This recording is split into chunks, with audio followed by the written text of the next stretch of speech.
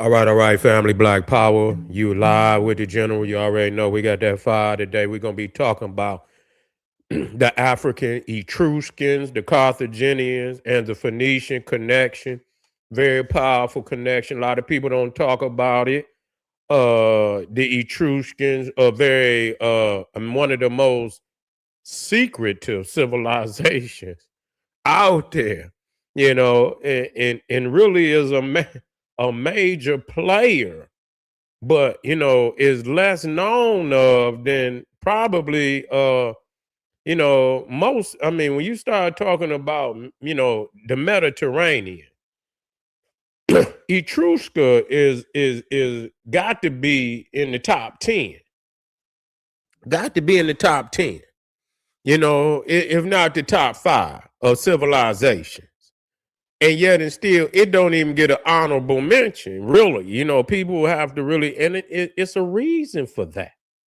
Because people, if it's something to be to adore, and to give praise, and then if it belong to you, you're gonna give the necessary homage and praise. Why is it that you don't hear anything about Etrusca? It's something about it that they can't claim. And because they can't claim it, it's going to change the game. It's going to change the name of the game. Before we get started, family, make sure you get over there to Patreon. Click that link at the top of the chat. We got other links in the chat that you can most definitely benefit from. Click a link, support the general.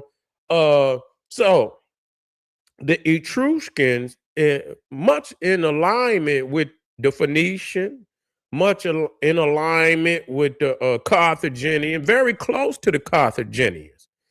As a matter of fact, very close. As a matter of fact, the Carthaginians and the Etruscans, formed the alliance to defeat the Greeks. And so the island of Corsica, Sardinia, both had a Etruscan and a Carthaginian presence on those two islands. And there were also Carthaginian deities that were being worshipped in Etrusca. You see, and so I believe Astarte, which is Aset, in the Phoenician pantheon, Astarte.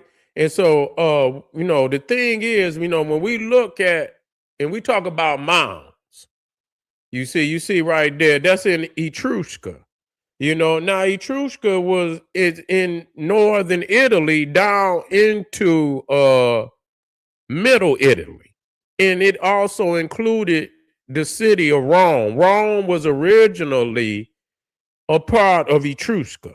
Okay, now Etrusca is dated around started around 900, 800 BCE.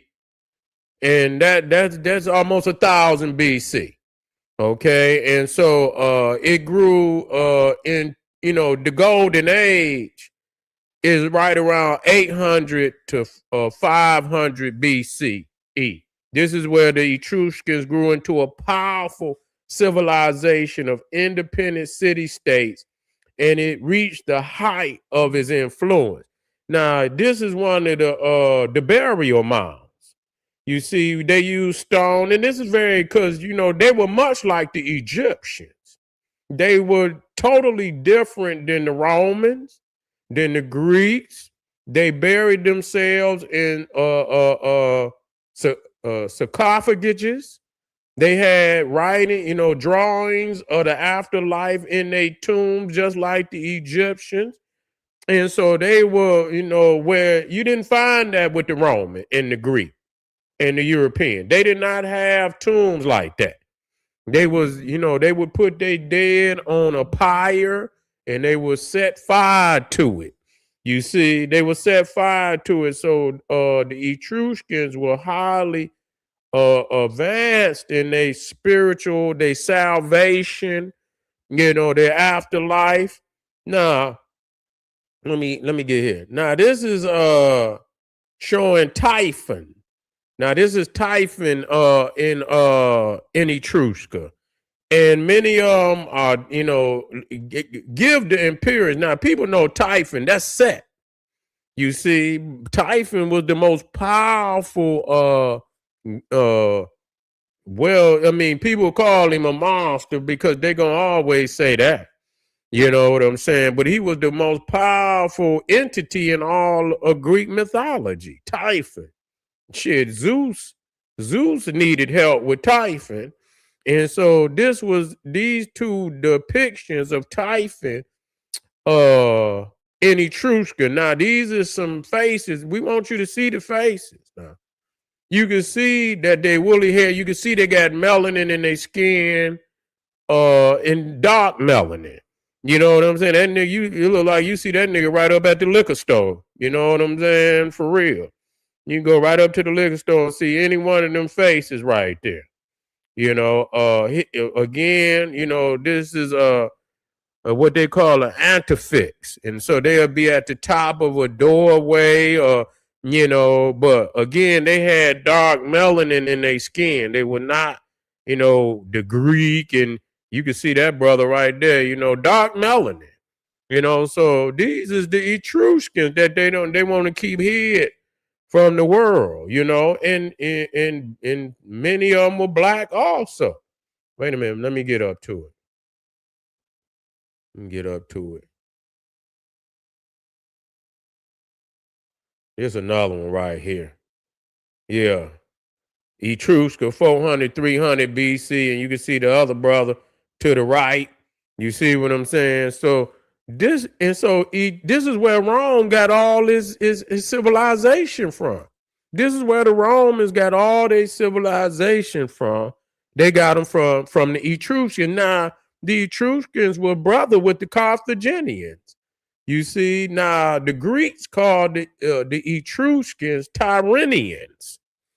They called them Tyrrhenians, and is it by coincidence that one of the great cities, the capital of Phoenicia, was Tyre, Tyre, and that the Etruscans was called the Carthaginians, Tyrrhenians. So let me get up here so you can see. Matter of fact, here's the let me see right here. Tyrrhenian, the Tyrrhenian Sea. And so, you know, I could go in so deep on this, but I know it's going to take me way past my time. I'm going to have to, you know, get a lecture together one day and do this, you know, and bring y'all to maybe a 2-hour lecture. I might have to get it together, and then I could do it online for y'all if y'all really want it like that. But the Tyrrhenian Sea, and so you will see, matter of fact, let me see, I should have it. I do, right here. Now, when you go over to Phoenicia, you will see, you see Beirut right there, you know, in the middle. That's, you know, they say Beirut is old, but I've never heard of Beirut until recent. But anyway, if you come down, you will see Sidon, and then you will see Tyre, okay, Tyre, and so Tyre. And so you see that's the very pronunciation, of the Tyrrhenian Sea. So, and that the Phoenicians had dominated. The Phoenicians had dominated the Mediterranean from about 1000 to BC to about 600 BC. That was really their golden age, from 1000 to 600 BC. They still were very prolific, but then, you know, you had what they call the sea peoples. You see, you had the sea peoples, and then you had the you know, Alexander and them. They came in, and from that point they had to go into Carthage, you know, because, you know, the Persians had taken over, and they had taken over Canaan and Egypt. And then after the Macedonians, Alexander came in and took it from the Persians. Okay, and that was around I believe 1200 BC. No, no, it was after that. That's not true. No, it was around. Let me see. That right around 600 BC. 600 BC, right around that time. And so you see the connection between the Etruscans and the Phoenicians and the Carthaginians. The Carthaginians in uh the Etruscans shared Corsica. They both shared Corsica because they jumped on the Greeks, and they shared Sardinia. And also again that there was the worship of Phoenician Carthaginian gods in Etrusca. Okay, so that just show you how close they was, and that that just, and matter of fact, I believe there might have been some Carthaginian Phoenician gods on some of the Etruscan coins. Now this is what they temple looked like. Now, there ain't no Rome. Now, I just want y'all to understand that. Now, they might have had some some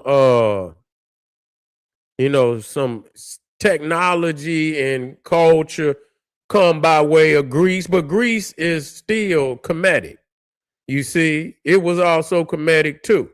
So I mean, but Etrusca was great in its own right.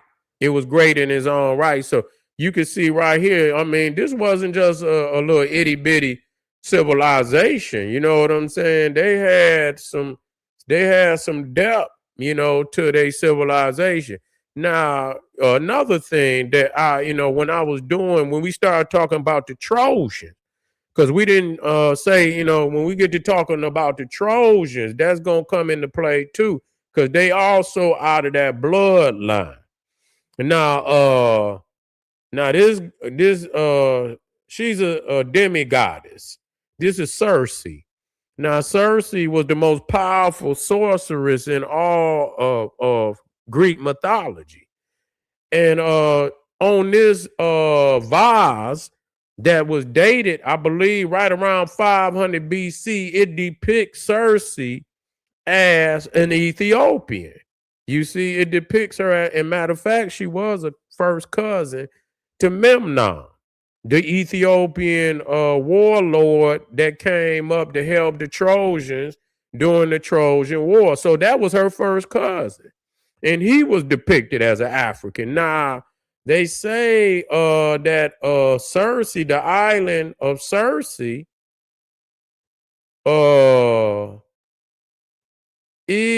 would have been on Corsica. Let me see where they say her. So she was in she would have been an Etruscan. She would have been of the bloodline of the Etruscans. And that's what's not being talked about. I have to get a date on her, but she was from, her island was in the Tyrrhenian Sea, and I believe it was off of it was off of Corsica. I had somehow it didn't totally got away from me. Okay, I think this one might be more to it, but I'll get the actual city that she come from. But right there, you see Corsica and Sardinia was shared by the Carthaginian Phoenicians and the Etruscans. And so again, the Tyrrhenian Sea speaks to Tyre, the Phoenicians, and it also speaks to the Trojans, all of that area. Now, what's crazy now, let's talk about it. The brother of Circe was also the king of Colchis, and Colchis is where Herodotus said he went up there, which is modern day Georgia, under Russia, Georgia, Herodotus said he went into Colchis and he saw Egyptians and that they were black with woolly hair. That far up, man. And so that's speaking that a large part of that area, all the way up, not what you call Turkey, all of what you call the Middle East, all of that was under African rule. Even beyond the Caucasus Mountains, that they had sway up in them areas. You see, they had sway up in them areas. Let me see if I can get Colchis up there. Now, this is Memnon. Now, I put that guy off for Jamie Foxx. He looked like that motherfucker, don't he? Look at that. See, I know it. I say, now that to the left, that's Memnon in the Museum of Athens. And he looked just like that nigga off of Jamie Foxx. Look at them, man. So, now Memnon would have been the brother, the first cousin of Circe, who was also depicted African. And this is the vase. This is the vase right here. This is the vase right here, so y'all can see it, so y'all don't think that I'm just, you know what I'm saying, depict her. And it's in Oxford University. It was created 425 to 375 BC. Okay? And that's her, and her brother ruled over the nation of Colchis, where Herodotus said that he saw ancient Egyptians with black skin and woolly hair. So this is very profound that we talk about this Carthaginian, Etruscan, Phoenician connection, including the Trojans, including that whole area, including the early Greeks. The Mediterranean was African, okay? It was African. The civilizations that were established on the Mediterranean were African. And this would have been, now this particular, and this is going to be the last one I'm going to show, this particular vase of an Ethiopian is from Etrusca, okay? So that any which way you want it gold, Africans was in Etrusca. You see, and many of them became the first emperors of the Roman kingdom. It was a kingdom first, then it became a republic. I think they had kings, then they had it went into a republic, and then they became Caesars. That was the last. That's when it became an empire. But in the earliest stage, Etruscans were kings of the Roman kingdom. Yeah, they were kings. So, you know, blacks even sat as kings of Rome. This is the reality of that. And now you wonder why you don't get no mention about Etrusca being the foundation of Rome.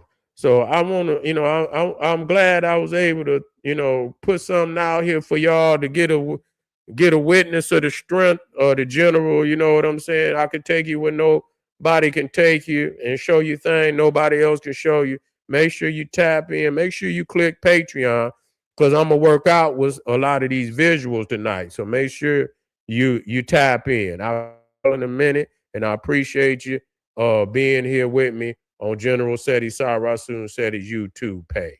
Thank you very much. Black Power.